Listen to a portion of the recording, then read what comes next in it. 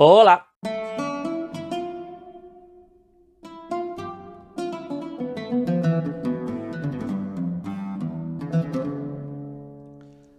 Bienvenidos a todos una semana más. Como estaréis viendo en la miniatura, hoy hablaremos de arqueología. Y sí, lo sé que os había dicho que hoy iba a hablaros sobre el origen de las bebidas, de algunas de las bebidas, como el vino y la cerveza, lo sé.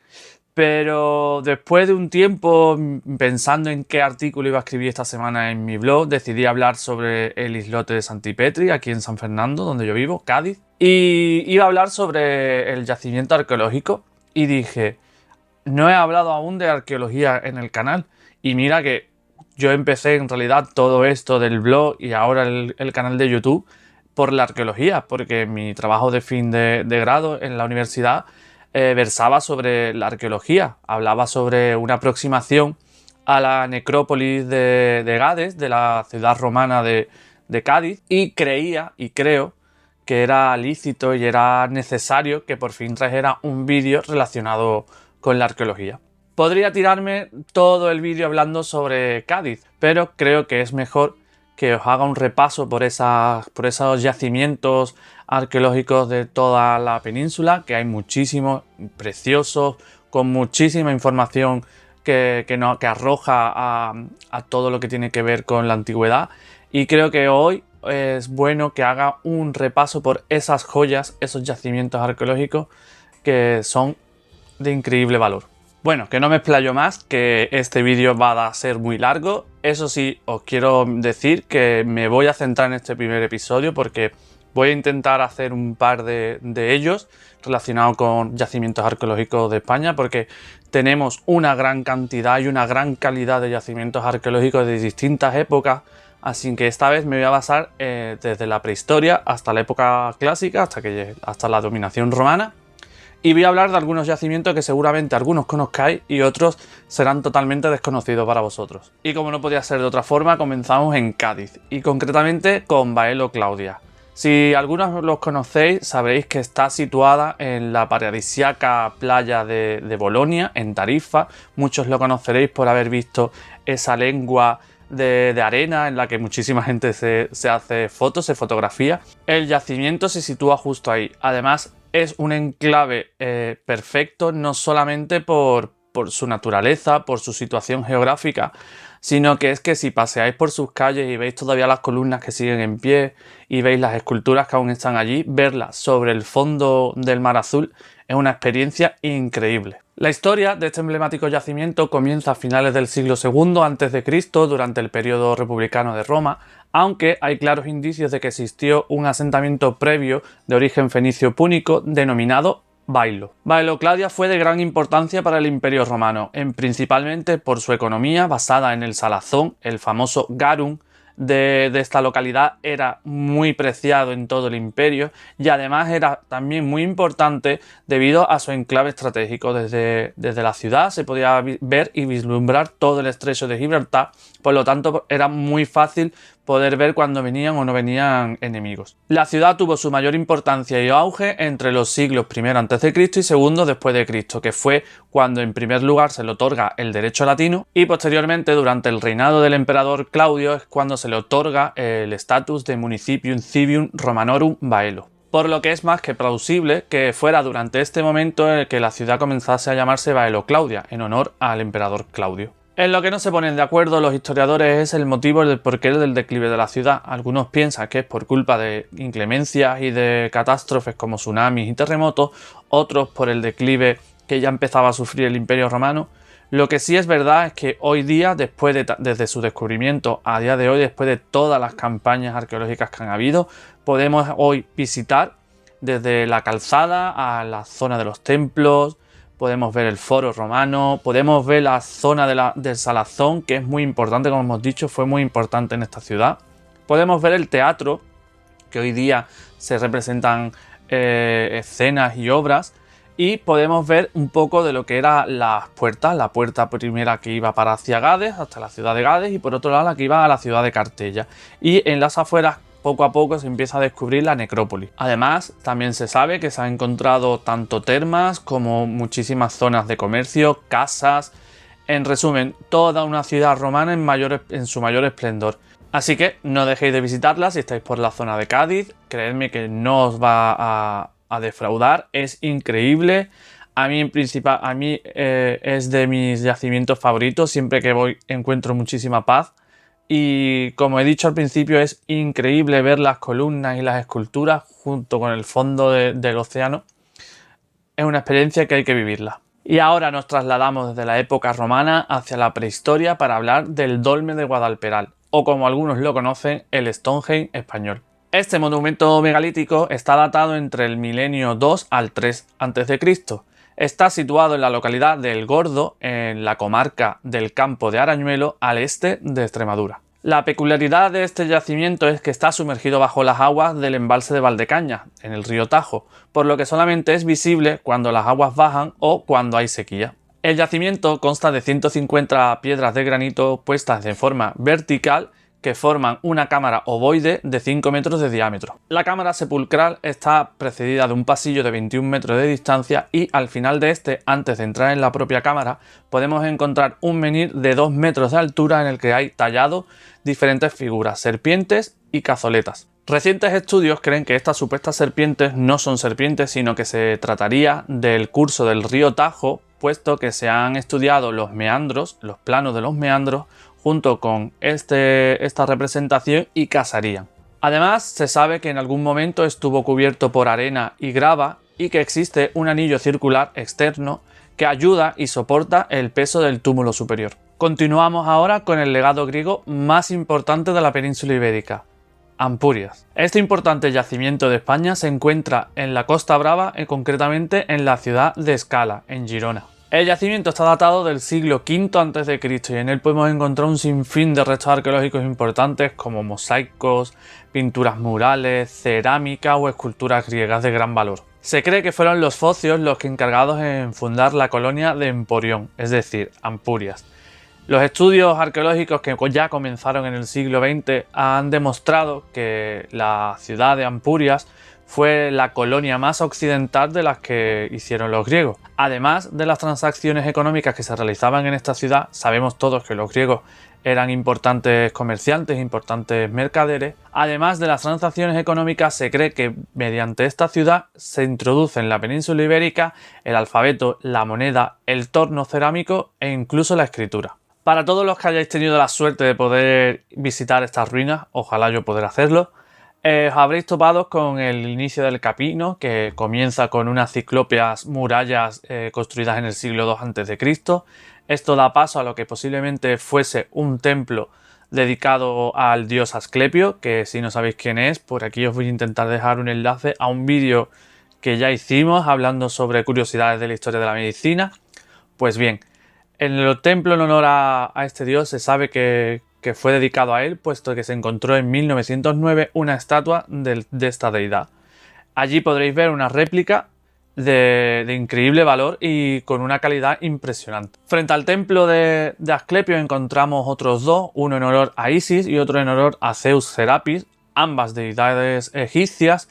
Y algo que no os he comentado cuando hemos hablado de Bailo Claudia es que allí también había un templo en honor a Isis, por lo que podréis deducir que en algunas ciudades de la península ibérica fue muy importante la figura de esta diosa. De ahí andamos un poquito más y llegamos al Ágora, una plaza porticada que era el centro económico y político de la ciudad. Y al igual que en otros yacimientos arqueológicos, también podréis visitar desde las fábricas de salazón hasta algunas viviendas que quedan los cimientos ahí intactos, así que es de recomendada visita el yacimiento de Ampurias. Ahora nos trasladamos al norte de España, donde allí, entre sus montañas, sus bosques y su verde, encontramos tesoros prehistóricos de gran calidad. Esto es el caso del yacimiento de Ocaña. Ocaña, sí, lo coño, Coaña. Las investigaciones datan al yacimiento en torno a la segunda edad de hierro, más o menos entre los siglos IV y I a.C. Este castro es de los más importantes que se encuentran en Asturias y durante muchísimo tiempo se creyó que su fundación había sido durante el periodo romano, hasta que recientes excavaciones han constatado restos arqueológicos del siglo IV a.C.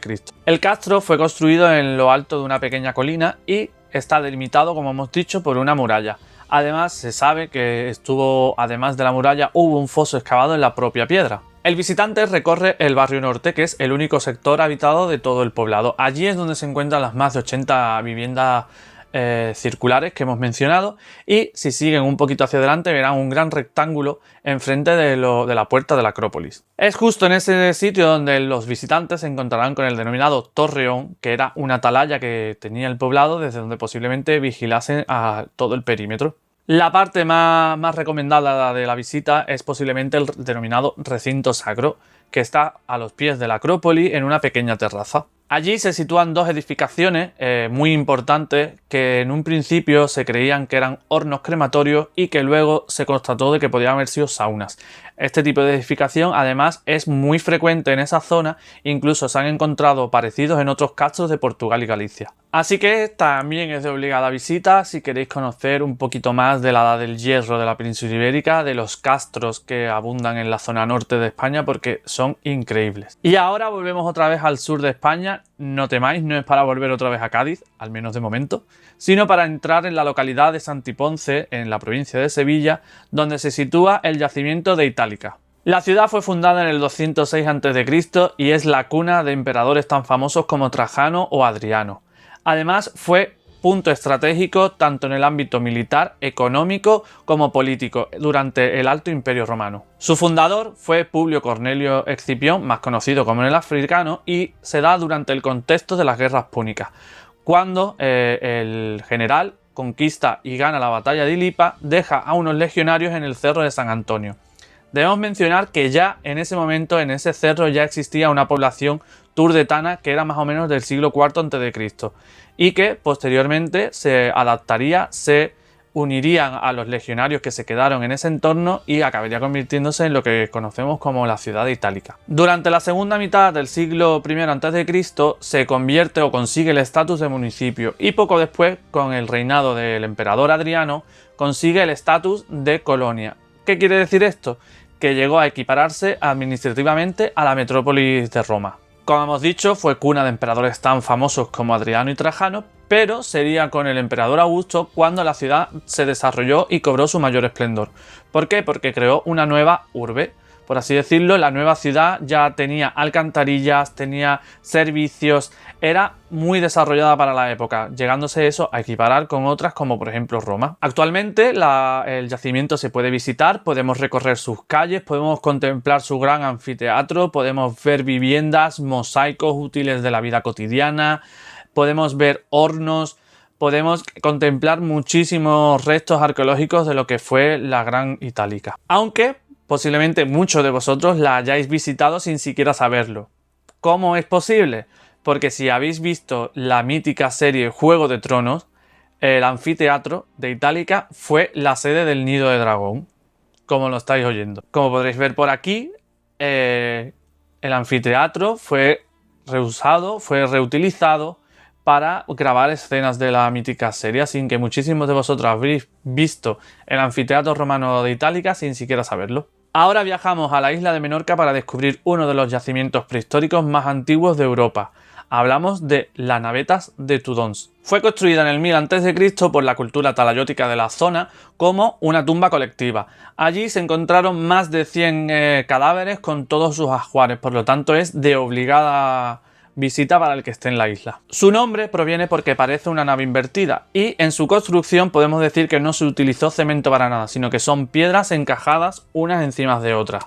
El yacimiento fue encontrado y desenterrado a mediados del siglo pasado, y en su interior, como hemos dicho, se encontraron muchísimos enterramientos con muchísimos ajuares. Mide 13,6 de largo y 6,4 de ancho, y además alrededor del yacimiento se han encontrado otros yacimientos de la misma cultura. La pena es que hoy en día es imposible poder visitarlo, aunque sea de lejos lo podréis ver, pero por razones de seguridad no se puede acceder al recinto. Pero que esto no os eche para atrás, tenéis que visitarlo y por lo menos ver el exterior, ver lo que se pueda visitar, porque es de gran importancia para la cultura española y sobre todo para Europa, porque como hemos dicho, es un yacimiento prehistórico de gran calidad y uno de los más antiguos. Ahora viene uno de los yacimientos que yo más ganas tengo de visitar, que se sitúa en Pedrosa de la Vega, Palencia, y se llama La Olmeda. Su hallazgo fue de forma fortuita allá por el verano de 1968 durante unas labores agrícolas y pronto se dieron cuenta de que estaban ante uno de los yacimientos arqueológicos más importantes de época romana que se encuentran en la península ibérica.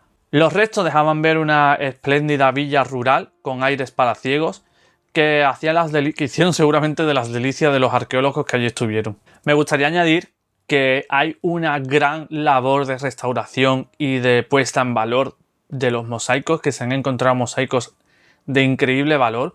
Os estaré poniendo seguramente por pantalla algunos de los que estén, porque creedme que ha sido una labor increíble de restauración y eso, de puesta en valor, que sobra decir que hay que aplaudir a los restauradores y a los arqueólogos que han participado. Pues bien, la villa romana de la Olmeda es una gran mansión rural del Bajo Imperio Romano en torno al siglo IV después de Cristo. Su planta es cuadrada y en cada esquina encontramos una torre. Y además, como muchas de las típicas casas romanas y mansiones romanas, encontramos en el centro un patio central y un peristilo que nos da acceso a todas las estancias de la mansión. Además, la villa romana cuenta con 4.400 metros cuadrados, en el cual encontramos 35 habitaciones, de las cuales 26 están ricamente decoradas con mosaicos. Ahí es nada. Es más, como dato, si pusiéramos todos los mosaicos encontrados en esta villa romana juntos, darían como resultado 1.450 metros cuadrados de mosaicos policromados conservados in situ. Increíble. Gracias a lo cual fue declarado bien de interés cultural en 1996. Si quisiéramos entrar en este yacimiento arqueológico, tendríamos que pasar por un pórtico columnado flanqueado por dos torres octogonales, tras lo cual ya entraríamos en la domus. Allí encontraríamos nada más entrar un mosaico que está prácticamente intacto en el sitio. En cuanto a las habitaciones, podemos decir que son las del este las que tienen mayor importancia y suntuosidad, porque son donde se conservan los mosaicos mejor y donde los mosaicos son de mejor calidad. Allí se encuentran habitaciones varias, un pequeño comedor y estancias diversas. En cuanto a las de Poniente, allí encontramos el Triciclium, que era el salón principal donde se realizaban banquetes y recepciones, y alguna que otra habitación. Las habitaciones del norte y del sur son las más austeras. Allí encontramos Opius Igninum, o sea, mortero de cal con restos de cerámica, como suelo. No encontramos mosaico, por lo que posiblemente fuesen las estancias del servicio, estancias de almacenaje, habitaciones en las que apenas se podría visitar o los visitantes no lo verían, por lo que tenían una calidad un poco más baja. Además, como nota curiosa, se sabe que tanto en la zona con más calidad como en la de menos se han encontrado restos de una escalera de madera, por lo que tuvo que tener la villa romana varias plantas. Además, en la zona del Triciclium se sabe que hubo reformas con el paso del tiempo, por lo que aún es más importante y tiene mayor curiosidad para los estudiosos. En definitiva, es un yacimiento arqueológico de gran calidad, es increíble porque al ser una villa romana nos da muchísima información sobre el modo de vida, sobre qué es lo que comían, cómo vivían. Es decir, que estoy deseando pisar ese suelo. Y hasta aquí el vídeo de la semana. Y diréis, ¿por qué? Bueno, pues por una sencilla razón. Cuando he estado editando me he dado cuenta que llegaba hasta los 40 minutos dándoos la chapa y hablando sobre yacimientos arqueológicos de España. Así que he decidido parar aquí, lo dejamos en la Olmeda. La semana que viene lo retomamos con 6 yacimientos más que seguramente os fliparán, que os van a encantar a muchos y que algunos seguramente sean desconocidos, porque incluso para mí algunos ni tenían ni idea de que existían. Así que si os ha gustado este vídeo, darle a like, suscribiros, porque así veréis el contenido que está por llegar, que ya os adelanto que habrá una colaboración. Y bueno, si sabéis de más yacimientos, abajo en la cajita de comentarios, dejármelos, y os emplazo a eso, a vernos la semana que viene y retomamos estas joyas de la arqueología de España, que son muy necesarias, que en cuanto podamos empezar otra vez a movernos y a circular como siempre, os invito a que las conozcáis porque son increíbles. Y nada, hasta luego.